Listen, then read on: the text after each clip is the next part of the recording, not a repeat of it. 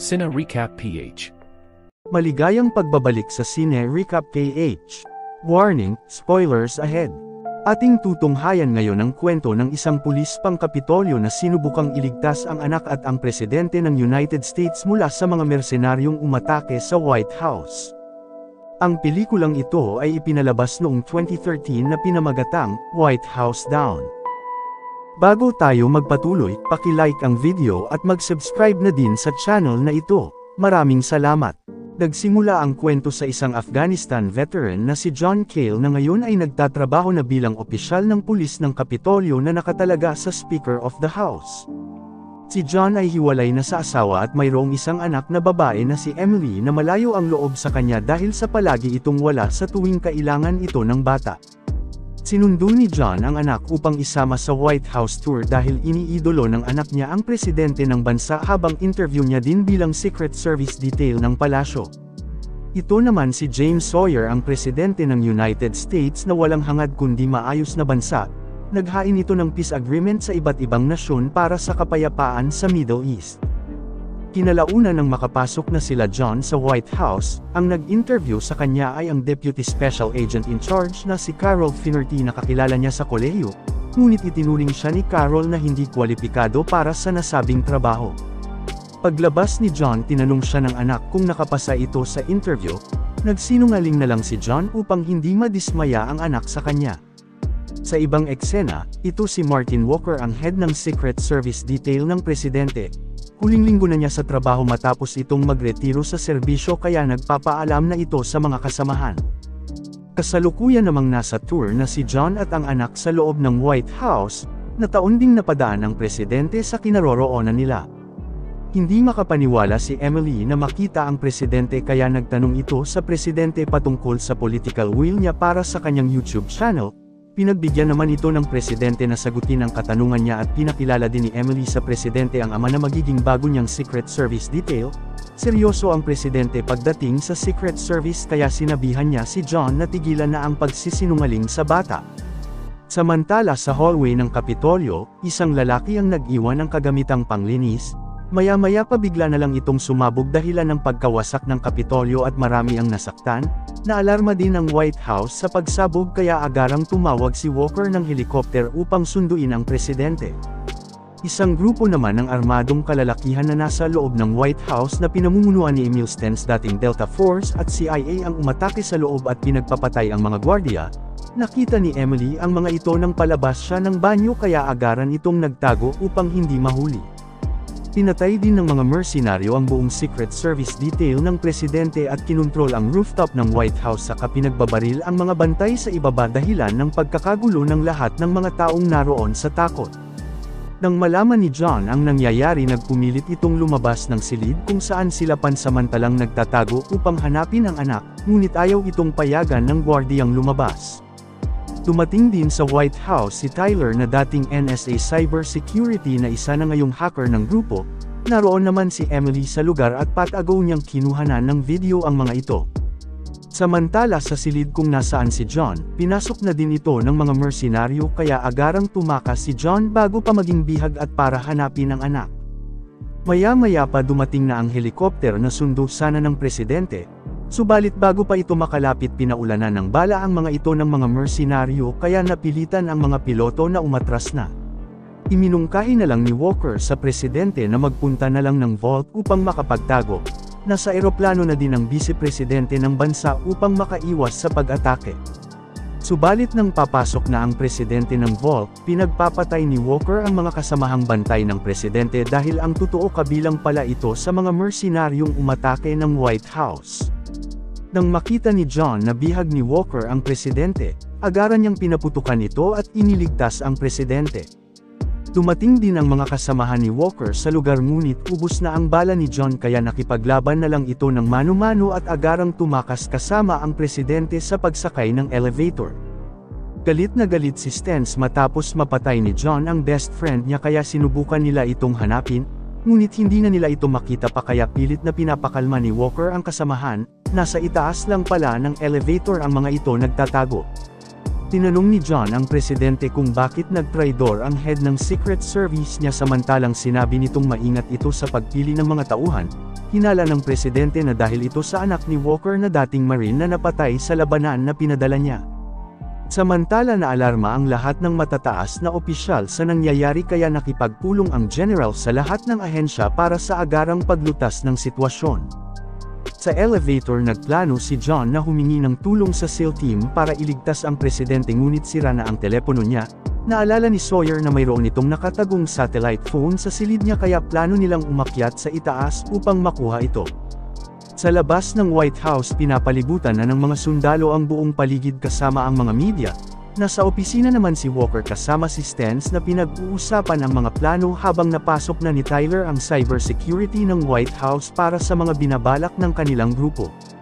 Sa ibang eksena patuloy na kinukuhanan ni Emily ng video ang mga pangha-hostage ng mga mersenaryo, ngunit napansin ito ng isa sa kanila.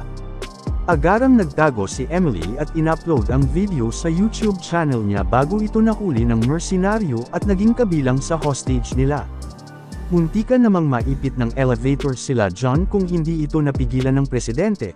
Nag-alala si John nang makitang may mga dalang surface-to-air missile ang mga mersenaryo na kayang makapagpabagsak ng helikopter kung sakaling may lalapit sa White House.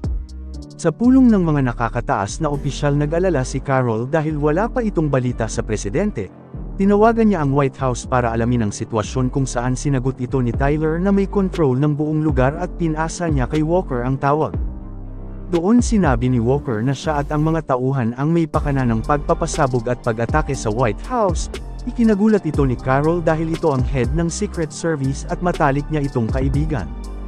Inalam ni Carol kung ano ang kailangan niya. Sinabi ni Walker ang nakareserbang $400 million sa federal na gusto niyang makuha at ikarga nila ito sa isang eroplano na puno ng gasolina at nagbanta pa ito na papatayin ang mga bihag kung may magtangkang lalapit ng White House.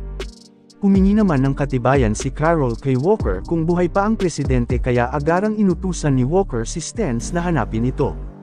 Sa mga oras na yun nakarating na sila John sa silid ng presidente at matagumpay na nakuha ang satellite phone, tinawagan ni John ang kaibigan na isang aide ng vice-presidente. Ito ang nagbigay daan sa kanila para makausap ang mga opisyal ng hindi nalalaman ni Walker at naipaalam sa lahat na buhay at ligtas ang presidente na nasa pangangalaga ni John. Itinuro ni Carol ang isang sekretong daan sa basement na may tunnel palabas ng White House upang doon sila dumaan para makatakas. Ngunit habang nag-uusap dumating ang mga tauhan ni Walker kaya napalaban na naman si John sa mga ito at sa tulong ng presidente ay napatay nila ang mga kalaban. Agarang naghanda si John para sa planong pagtakas habang pinapaalam sa mga opisyal ang mga nangyari sa kanila, hindi naniniwala ang presidente na pera lang ang habol ni Walker. Napanood din nila sa balita ang bidyong in-upload ni Emily na kuha sa loob. Madaming humanga sa katapangan ng bata na kunan ito, lalo namang nag-alala si John sa kalagayan ng anak nang mapanood ang video. Napag-alaman naman ni Walker na mayroong tinatagong satellite phone ang presidente. Nang puntahan nila ito sa silid niya ay hindi na nila ito naabutan doon. Napanood na lang ni Stens sa telebisyon na nalantad na ang mga katauhan nila sa publiko na kagagawa ng isang bata. Pinuntahan niya ang mga bihag na galit at kinuha ang cellphone ni Emily. Patungo na rin sila John sa basement habang tinuturo ni Carol ang daraanan. Ayaw sumama ni John sa pagtakas dahil kailangan niyang balikan ang anak. Subalit nang tutuloy na ang presidente may nakalagay na bomba sa tunnel. Nasundan din sila ng mga mersenaryo sa pamamagitan ni Tyler kaya naipit ang mga ito sa loob.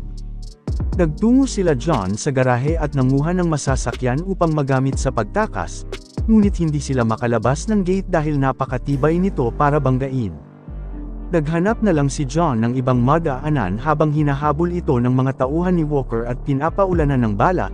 Nagpaikot-ikot ang mga ito dahil patuloy pa din silang hinabol habang napapanood naman ang mga kaganapan sa telebisyon mula sa mamamahayag na nakahelikopter. Nang makita ng presidente ang tangke sa labas ng palasyo, tinawagan niya ang general para wasakin ang pader gamit ang tangke upang makalabas sila. Itinawag ng general sa mga sundalo ang plano, subalit bago pa mawasak ng tangke ang pader ay nataman ito ng RPG mula sa itaas ng White House. Hindi pa din makatakas sila John kaya ginamit ng presidente ang nakatagong rocket launcher sa sasakyan para sirain ang gate at matagumpay niya itong nawasak, subalit nang palabas na sila nakita ni John ang anak na hawak ng mga mersenaryo, dahil doon natamaan ang sasakyan nila at nahulog ito sa swimming pool. Nakaligtas naman sila John ngunit dumating din si Walker sa lugar kasama ang tauhan. Nagpanggap si John na bihag niya ang presidente sa kanila, ito hinagisan ng granada at agarang tumakas sa pagsabog. Pinaulanan naman ito ng bala ng tauhan ni Walker kung saan mayroong sumasabog na bagay sa loob dahilan ng pagsabog ng buong gusali, nasaksihan din ng lahat ng mga opisyal ang mga pangyayari. Nang suriin ito ni Walker, nakita niyang mukhang nakatakas ang presidente sa pagdaan sa tunnel kaya pinahanap niya ito sa mga tauhan. Samantala dahil sa nangyaring pagsabog, inakala ng mga opisyal na patay na ang presidente kaya agaran nilang itinalaga ang bise para maging bagong presidente. Napag-alaman din ni Carol na may sakit na cancer si Walker kaya niya ito ginagawa. Pinatawag niya ang asawa nito upang kumbinsihin si Walker na tumigil na ito. Subalit nang malaman ng asawa ni Walker na kaya niya ito ginagawa para pagbayarin sila sa pagkamatay ng anak, sinuportahan pa ito ng asawa niya. Dahil doon tinanggalan si Carol ng posisyon ng general sa pakikipagnegosasyon, palihim na lang na pinaimbestigahan ni Carol si Walker dahil pakiramdam niyang may malalim pang dahilan si Walker para gawin niya ito. Samantala, nag-utos ang bagong talagang presidente ng paglusob sa White House upang tapusin na ang kaguluhan. Kasalukuyan namang ginagamot ni John ang sugat ng presidente na nakuha niya sa pagsabog. Paparating na rin ang mga sundalong pinadala ng bagong presidente sakay sa mga helikopter. Tinawagan sana ni John si Carol para ipaalam na ligtas ang presidente, ngunit ang sumagot ay ang general at pinaalam sa kanila na may mga paparating na helikopter sa White House para umatake. Sinubukang pigilan ito ni John dahil may mga missile ang mga mersenaryo. Wala daw sa report nila ang mga iyon kaya nagmadaling umalis si John upang pigilan ang mga mersenaryong makapagpaputok. Pagdating ng mga helikopter sa White House ay agaran itong natamaan ng missile at bumagsak sa lupa. Umakyat si John sa rooftop upang subukang pigilan ang mga mersenaryong magpaputok ngunit pati siya ay napagkamalang kalaban. Dumating din si Stens at sinubukang tirahin ang isa pang helikopter. Pinigilan ito ni John ngunit tuluyan pa ding napabagsak ng mersenaryo ang helikopter. Patuloy na naglalaban si John at Stens hanggang sa mahulog ang mga ito sa ibaba. Dumating ang kasamahan ni Stens kaya agarang tumakas si John, subalit naiwan ni John ang tiket niya sa tour na may pangalan nila ng anak. Sa mga oras na iyon tuluyan ang nahak ni Tyler ang missile system, pinabagsak niya ang eroplanong sinasakyan ng bagong talagang presidente. Nang mapag-alaman ng general ang nangyari, pinasa nila sa Speaker of the House ang katungkulan bilang bagong presidente. Sa White House pinuntahan ni Stens ang mga hostage upang hanapin ang anak ni John para gawing pain sa ama. Nasa labas lang si John na naghahanap ng pagkakataong makapasok. Samantala ibinalita ng general sa bagong talagang presidente na nanganganib na ang buong bansa dahil anumang oras may kakayanang magpalipad si Walker ng missile sa kahit saan sa United States. Humingi ito ng kautusan sa bagong presidente. Ipinahayag ng presidente na hindi pa sila natatalo kaya agaran itong nag-utos na maglunsad ng airstrike sa White House upang patayin si Walker bago niya pa ito magawa kahit sakripisyo pa nito ang mga hostage para sa mas nakakarami. Sa White House kasalukuyang kinukopya ni Walker ang isang sekretong code na pinadala sa pager niya. Dumating naman si Stens na kasama si Emily at pinarinig niya ito kay John upang sumuko na sa kanila. Bago pa sumuko si John ay nauna nang sumuko ang presidente. Tinawagan ni John si Carol upang ipaalam na hawak na ni Walker ang presidente. Hindi na ito matutulungan ni Carol dahil may airstrike ng patungo sa White House. Nag-alala si John dahil may mga hostage si Walker, ito na lang daw ang paraan upang pigilan ito kaysa mas madami pa ang mamamatay. Umaasa pa din si John na mailigtas niya ang anak kaya gumawa na ito ng paraan upang makapasok. Sa silid kung saan hawak ni Walker ang presidente at anak ni John, lumabas ang totoong pakay ni Walker ang nuclear missile, para pasabugan ang Arab country na dahilan ng pagkamatay ng anak niya. Ayaw ibigay ng presidente ang passcode dahil maraming inosenteng sibilyan ang madamay at isa pa napapalitan ng code sa tuwing may papalit na bagong presidente.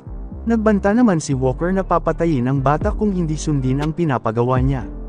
Bigla namang nag-alarma sa buong palasyo na kagagawa ni John upang pigilan si Walker sa binabalak. Hindi rin ito mapatay ni Tyler kaya pinahanap niya ito sa mga tauhan kung saan napatay ito lahat ni John. Tinatakas na rin ni John ang lahat ng hostage dahil sa airstrike na paparating. Tatakas na rin sana si Tyler ngunit ang pampasabog na inilagay niya sa tunnel ay siya ring pumatay sa kanya. Hindi naman sang-ayon ang tauhan ni Walker sa binabalak niyang nuclear missile kaya pinatay ito ni Walker. Sinubukan ding lumaban ng presidente ngunit napatulog ito ni Walker at ginamit ang kamay nito upang mabuksan ang nuclear missile launcher. Naalarma ang mga opisyal ng malamang na-activate na ang mga nuclear missile mula sa isang submarine. Nag-alala ang general na magkakaroon ng World War III dahil dito. Agarang tinawagan ni Carol si John upang mapigilan si Walker ngunit naharang ito ni Stens at naglaban ang dalawa. Nalagay din ni Walker ang passcode at ang mga target niyang bansa. Bago pa ito matapos nagising ang presidente at sinubukan itong pigilan, ngunit binaril ni Walker ang presidente na agaran itong kinamatay. Galit na galit si Emily sa ginawa nito subalit wala din namang magawa ang bata. Samantala tuluyan ang napatay ni John si Stens sa pagpapasabog ng katawan nito. Agaran niya ring hinanap ang anak upang iligtas. Bago pa mapindot ni Walker ang missile launcher, dumating si John at binunggo si Walker ng sasakyan. Pilit pa din itong pinipindot ni Walker kaya pinaulanan na ito ni John ng bala upang mapigilan. Nagkita na rin si John at ang anak, agaran niya itong pinatakas dahil paparating na ang airstrike at kailangan niya pang iligtas ang presidente. Ngunit pinulot ni Emily ang watawat ng presidente at iwinagayway niya ito sa labas upang makita ng paparating na mga eroplano, dahil dun napilitan ng mga piloto na hindi na magbagsak ng missile sa White House. Napigilan ni Emily ang airstrike at naging bayani sa ginawa niyang katapangan, hindi naman makapaniwala si John nang mapanood ang ginawa ng anak. Nakaligtas din ang presidente sa pamamaril ni Walker sa kanya, matapos tumama lang pala ang bala sa dala nitong relo. Samantala, kinausap si Carol nang inutusan niyang mag-imbestiga kay Walker kung saan may mga nalaman ito. Agaran niyang tinawagan si John para ipaalam na may iba pang kasabwat si Walker sa pag-atake ng White House sa pamamagitan ng pager. May hinala na si John kung sino ang kasabwat nito. Paglabas ni John ng White House agaran nitong niyakap ang anak. Dumating din ang Speaker of the House na boss niya na ngayon isa ng bagong talagang presidente kasama si Carol. Sinabi ni John na hindi na nakaligtas ang presidente para palabasin ang katotohanan dahil hinala niyang ito ang nagbigay ng passcode kay Walker para ma-activate ang mga nuclear missile. Para mapatunayan pinakita ni John ang pager na nakuha niya kay Walker. Nang tawagan ni Carol ang numero sa pager ay napatunayan nilang ang House Speaker ang kasabwat ni Walker. Ayaw naman itong tumanggap ng pagkatalo dahil siya na ngayon ang nakaupo bilang bagong presidente. Lumabas si Sawyer at pinahuli sa mga sundalo ito dahil siya pa din ang may karapatan bilang presidente ng United States. Kinalaunan, pinasalamatan ni Carol si John para sa ginawa nitong kabayanihan. Tinawag naman ito ng presidente upang sumama sa kanya bilang bago na niya ngayong Secret Service detail. Isinama rin ni John ang anak sa helikopter ng presidente dahil pangarap niya ito. Masayang-masaya naman si Emily. Sa huli, naging matagumpay ang peace agreement na inihain ni President Sawyer matapos itong pirmahan ng iba't ibang bansa. Dito na nagtatapos ang ating kwento, sana nagustuhan nyo. I-like ang video at mag-subscribe na din sa channel na ito. Maraming salamat sa panunood, hanggang sa muli. Paalam.